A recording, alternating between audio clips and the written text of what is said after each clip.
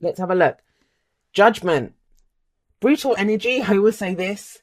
We always make it sound so fluffy and nice. It's a card of transformation, of change, rebirth, second chances, all of that wonderful stuff. But this is the card that's ruled by the energy of Pluto. And Pluto's not nice and fluffy at all. There are different kind of aspects to this card. The first is that it is number 20. If you have a look, it's number 20. I don't know if you can even see that. Number 20. And that means it's the card before last in the Major Arcana. The card that comes after this is the World. So that's a successful completion, right? But this is the card before that.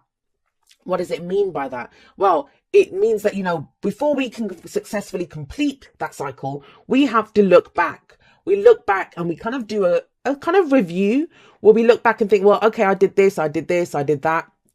Judgment does talk about forgiveness, and people don't like that. It's the F word. I literally just talked about that with Aries as well. They didn't get judgment though.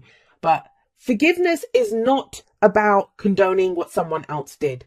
Forgiveness is about releasing yourself from a burden, releasing yourself from that anger, from that pain. The example I always give is I could hurt you. I could hurt you in a really awful way, but then I've kind of trotted off into the sunset. I've gone, right? But you relive that every day. So even if I'm not around, I'm no longer have any kind of energetic, I'm not putting anything on you. I'm not in your space or anything, but I'm hurting you every day by you holding on to that pain or whatever I did. Now, forgiveness takes time. I know it's not that easy. It's not like you can just click your fingers and move ahead. But when you have a 6-card spread and 4 of them are Major Arcana, it kind of feels like there could be kind of situations or opportunities in April for you to get over this, to move ahead, right? The other aspect of judgment is, why do we forgive? Why do we release the past? It's because we are being called to, it's a judgment call. We're being called to take some action. What we do is we know whatever this decision that we make, this sometimes is a decision card for me as well. Whatever that is, it's going to be final. It's like we're drawing a line under it once and for all. Why is that? It's so we can turn and face our future without fear and move ahead. That's why we do all of that, to release ourselves from the past, to take whatever needed to be learned from it and then to move ahead from there. Yes, judgment is about rebirth. It is second chances. Usually not in this deck, but there's some beautiful flowers that have been grown here. But usually we see people rising up from their graves when the angel plays her trumpet in this one, or, gives that call. And think about it. Those people, they had to die. They had to release their old life to get a second chance at life. There is that sense. This is the phoenix rising up from the ashes. So there is some kind of rebirth. Second chance, judgment can indicate a situation where you thought you had lost out on that. You had lost out on that chance, in a relationship or at a job. And whatever it was, maybe you're applying for something, maybe you're trying to do something and you thought you'd lost out on your chance. And it may be in April that you see that you have a second chance at this. So whatever happens when judgment shows up, it is transformed. Now, I don't mean to say that, when as soon as you start saying about second chances, people start thinking that their exes are going to come back. That's not what it means. It can be that, when you give up after you've had a really bad relationship, you think, I'm never going to love again. It can be that, you kind of, your ability to love comes back. Your ability to hope comes back. But let's move on. I've kind of gone on about judgment there. But at the heart of your reading, you have the Emperor. Love it. The Emperor is in control, in charge. It's Aries energy. So this could just talk about Aries season for you if we're talking about time-wise. Because Aries, this is the card for Aries in the tarot. But the Emperor, think about it. He gets a very bad reputation of that. He's stubborn and he doesn't see things any other way but his own. He's not very good at compromising. And yeah, that may be the case. That may be the case. But he is running an empire. He has to be in charge of it. And he is in charge of it. He's very much in control. He knows what he's going to do. He's not afraid to make a decision. So this might be, the Emperor can be the father figure, can be a boss, can be an authority figure. So for some of you, I am seeing that this might be an opportunity for you if you were looking for a promotion or, to move up within your company. You get that because the Emperor is about a boss. Maybe you thought your boss kind of didn't like you or you'd messed up, but you get a second chance at something. Now, if it's generally speaking across the board in your life, you feel more in control in April. Like you're getting to a place where you feel more in control. You can let go of this stuff that's happened in the past. You are being transformed into this. And you have an interesting energy coming up in the past. We have the Three of Cups. Now, we were talking here about second chances and about exes coming back and that kind of thing. For some of you, you already reunited with someone. Maybe someone came back, or, you were thinking about reuniting with someone, because the Three of Cups is a kind of reunion for me. For others of you, this does normally talk about our networks of support, the people that we love and support and that love and support us. So it can be our social networks. It can be, the clients that we network with. Anything that the people that we you have a look here. These three ladies are sitting around, chit-chattering, networking, socializing. That's the energy of this. But there's a kind of very solo energy here. And I don't mean being alone. It's almost like you might have given support and help to other people, or even needed it yourself. But now you're ready to go forward into a much more kind of solid, this is what I'm going to do energy. Sometimes I get here, especially when we get the Emperor here, that, other people might be trying to urge us for our own good. Like, don't do that. Don't do this, that, it won't be fair. And they're doing it out of love, but what they're actually doing is holding us back. And, it may be you, Taurus, that has been doing that to other people, or people have been doing that to you. But not with the Emperor here. The Emperor doesn't care about any of that. He's just going to stand up and do what he wants, my way or the highway, right? And where does that lead? Well, we have the Hanged Man coming up in the present. So as you start April, going into April, this might be the energy where you kind of feel like nothing's changing, nothing's shifting.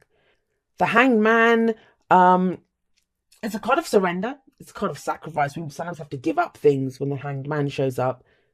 I feel for some of you, especially with Judgment, I mean, that is a very spiritual combination for me anyway. When we're doing that review, when we're figuring out what it is that we want from the future and what we're releasing, the forgiveness. And sometimes we have to forgive ourselves. It's not even other people that we have to forgive. We have to forgive ourselves. So what I'm getting here is, especially for those of you that it feels, within a group dynamic or to do with some kind of reunion, if you feel like you've not acted in the best way, always understand that you did the best that you could with what you knew at the time. But this is about letting go of any of that, whoever it is that you need to forgive. And the Hanged Man talks about a change of perspective, that things are going to get moving again very soon, very quickly. But first, there must be a change of perspective. And it comes from looking back. It comes from whatever it is, this thing is that you've kind of given up on. But it's saying there is a second chance available here, but it may not play out in exactly the way that you think. Because the Emperor's great. He's in control. He's in charge. But remember, he only knows how to do things his way. One way he only knows how to do them. And this is maybe saying there's a different way. There is a different way. That you just control the part of releasing, letting go, forgiving. So if you have a look at the Hanged Man here, he's tied, bound by his legs, but he's not struggling. He's not struggling. He's surrendered to that position. Why? Because he's hanging there upside down now. He sees the world from a different viewpoint. He's upside down. The world doesn't look the same. He's going to see something differently from this angle. And when he sees it, when he understands it, then he can move forward. And there is change and movement coming in for you. But this can be like meditation. You've taken time out to try to understand something, to look back at what happened here. I am getting this strong sense of just looking back, not going back, but looking back. Maybe in how you connected to other people, to the group, maybe some kind of reunion. Like, what have you been doing in group dynamics? Because this is very kind of solo energy coming in here. And where does that lead? If you can do this, once things get moving again, where do they move to? Well, we have the Wheel of Fortune coming up. The Wheel of Fortune, it is a card. Again, it can be of second chances. So we have second chances coming up here. But it's transformed, guys. It's not going to be the same. We have the Emperor sat above the Wheel of Fortune. They're two opposing energies. He's in control. He's in charge. He wants things done his way. But the Wheel of Fortune is fate. No one can control the Wheel of Fortune. Things get taken out of our control. But you still feel in a more solid place to be able to make the most of this energy or to use this energy, right? Now, the Wheel of Fortune, the other thing for it can be, yes, like a situation comes back round again, but we do things differently this time. Maybe now you're able to deal with something on your own, whereas in the past you needed support to be able to do this. In the past, you were working in a group, or, you wanted your friends and family members with you. Now you're ready to do it alone. But there is an opportunity that comes in with the Wheel of Fortune. So what's the advice here? The advisor is the Queen of Wands. She, again, is kind of very solo energy. She's very confident. She's very, I always see her as, she doesn't care. She only knows what she wants and she's willing to go for it. She's spectacular looking usually. I always find her the most spectacular looking out of all the queens. Because she is confident. Some of you might be dealing with a fire sign. We have Aries here. This would be Aries, Leo, Sagittarius energy. But at the very least, it talks about making the use of any kind of downtime that you've had. You know, I kind of feel like you come into the month doing this. You're doing this kind of review of where am I going? What am I doing? Because destiny is about to come calling for you, Taurus. How are you going? What are you going to do with that? I feel like a lot of you, it's a delicate kind of balance between trying to control what happens or looking at what comes your way and taking control of those opportunities, but in a kind of balanced way, right? Whereas you feel like you're in control, you're confident, you know what you want out of the situation. That's the Queen of Wands too. Now, for some of you, the Queen of Wands may be the kind of destiny point that comes in. The Queen of Wands to me is also like the celebrity. So if any of you are in the limelight or, you know, you're trying to get recognition in whatever field you're in, it feels like you get it when the she comes up. And she's not in the group anymore. So, I mean, whatever, this Three of Cups is kind of throwing me a little bit because everything else feels kind of very solo energy. Very, I'm going to do this, I'm going to get that done. But here we have a group. The Three of Cups is a group. It's our family, it's our friends, it's whoever else that, you know, our networks that we're part of. Maybe you've broken away. Maybe you were working within a group and now you're going to step out into the limelight yourself. You're going to take charge. So the King of Cups, and it's interesting because you guys got Aries energy and Aries did get the King of Cups and the Hierophant as well in their reading. The King of Cups is very emotionally aware. Very emotionally aware. I always see him as the ideal lover. So for some of you, it may be that, you know, what you're going through here, especially if this is to the relationship, could be releasing the past. Maybe like you dated from someone your friends introduced you to, or, you know, you guys had the same kind of social group. That's why you're kind of going off on your own now because you don't want to be around that person. But the King of Cups to me is the ideal lover. So maybe you have an idea now of who this ideal lover is. This can also mean if this is your energy. I mean, you may be dealing with a water sign, which is Pisces, Cancer, Scorpio. But the King of Cups is very much, he knows how he feels, but he doesn't always show it. Still waters run deep with this guy. What he feels isn't always what he shows. And he won't show it until he's ready to do it. Until he's ready to say, this is how I feel. And when he's ready to, he will express it. So somebody could be coming out, that could be the fated opportunity. That, you know, that someone comes out and says, this is how I feel about you. And then you are the Queen of Wands who steps up and says, yes, you know, I want this, or this is what I want to go for. She knows what she wants and she knows how to get it. For some of you, I've just realized actually with the oh gosh, I have no idea what I just knocked over there. But for some of you with the Queen of Wands coming up here, it can indicate that the Three of Cups is maybe a group that you used to know, you know, people that you used to work with. They hold the answer to what it is that you go forward. So you can contact them or you go and get what you want from them. But that could be a romantic message for some of you, that you kind of understand how you feel about someone, or, you know, someone reveals that to you. Now, just be careful though. We have the Devil coming up here. Capricorn energy. Maybe you're doing this review looking back over like what has been holding you back. That's all the Devil says. I know a lot of Capricorns, a lot of readers actually go up in arms when they see the Devil. They're like, I don't know why Capricorn gets this. Because Capricorn deals with what has power over us, and so does the Devil card. That's all the Devil card asks you, is what has power over you? What is holding you back?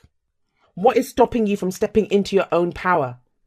Is it taking, you know, is it putting other people's needs before your own? Because we do have the Three of Cups here. This is working in that group. Maybe some of you have taken some time out to go, you know, figure out what it is. What do I want out of this? What have I been through? What has this cycle taught me? And it feels like you need to do this because some opportunity or fated event is coming your way.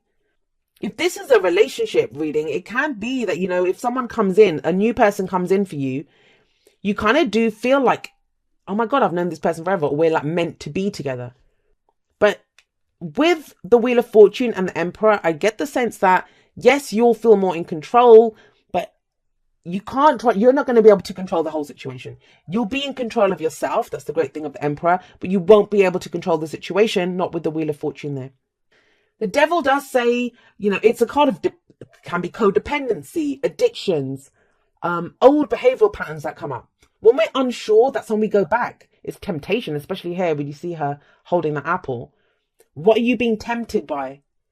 Because you might be headed towards, or you might have a realization. Sometimes it happens like that, right? You make a decision, you have a new perspective, and then some old situation comes up. You know how it is. Like, I'm done with that person. I'm never going back. And then they come back and say all the right things. But you've made a decision. So what do? Are you going to get tempted back into an old situation? And then we have the Hierophant. The Hierophant, it's, like I said, the card for Taurus. But this is about, what do we conform to? What are the stories that you follow? What are the traditions that you follow? And who dictated those to you? Who decided those for you? This can be a card of commitment. So some of you might be recommitting to a situation that was kind of emotionally kind of fun in the past, but now you're fully committed to it. And it's almost like you're so confident that you want this. There's 2 cards of amazing confidence here. So I'm not worried. Whatever the situation that comes along, I know this downtime that you have, that is what clears it for you. That is what allows you to understand what you've gone through, how much power it's given you, and that you can deal with whatever comes up. The Wheel of Fortune, it is oh God, there we go.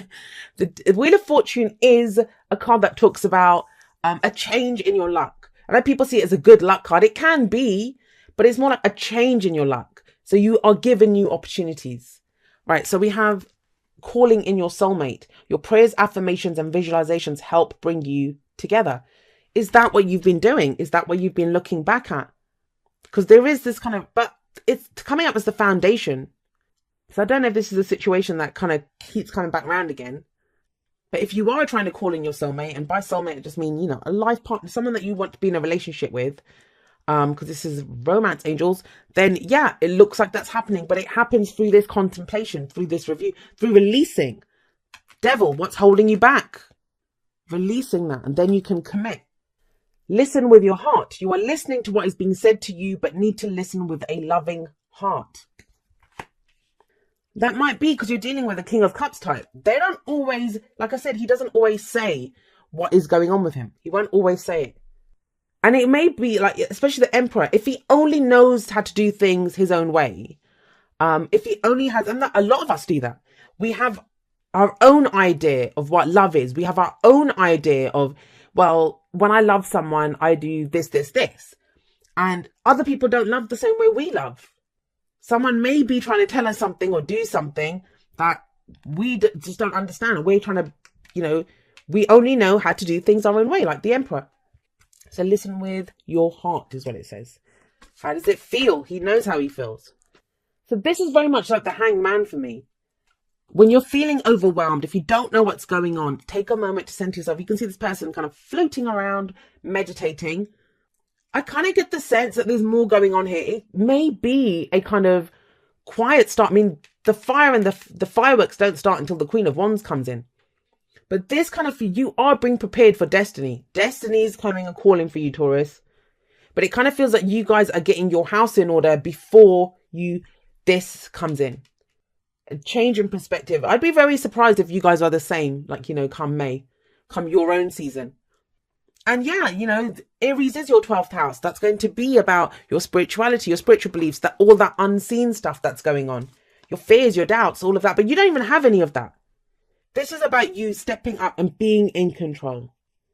Kind of very solo energy, but not lonely energy, not being is self-empowered energy that seems to be coming up for you guys. Okay, well, there is a balance between activity and rest, ebb and flow. You can't have one without the other. If you are faced with an obstacle right now, the best course is surrender and non-resistance. Soon enough, you'll see how easy it is to flow around it. Now is one of those times when you must trust the river of your life, go with the flow, and in no time you'll reach what you have your heart and hope set on. Just remember, spirit will keep your head above water and will direct the currents. When it's time for a greater effort, you'll know exactly when you'll need to work those manifesting muscles, and wands are that's manifestation energy. It can be challenging to master the flow cycles of your life, but as you develop your skills, affluence will be yours. Enjoy the flow and trust those currents, for we're right there with you with our little umbrella drinks, smiling at your success. Love you so very much. And it is about surrendering. Like I said, you guys seem to be like getting your house in order for this. A lot of you might even be able to sense this is coming. And that's when I kind of talked about this recently in a podcast I did. Sometimes we can sense that things are coming our way. We can sense that they're coming. Like everything's about to change. And that can be frightening. So we can dig our heels in sometimes, saying, no, I don't want to do that.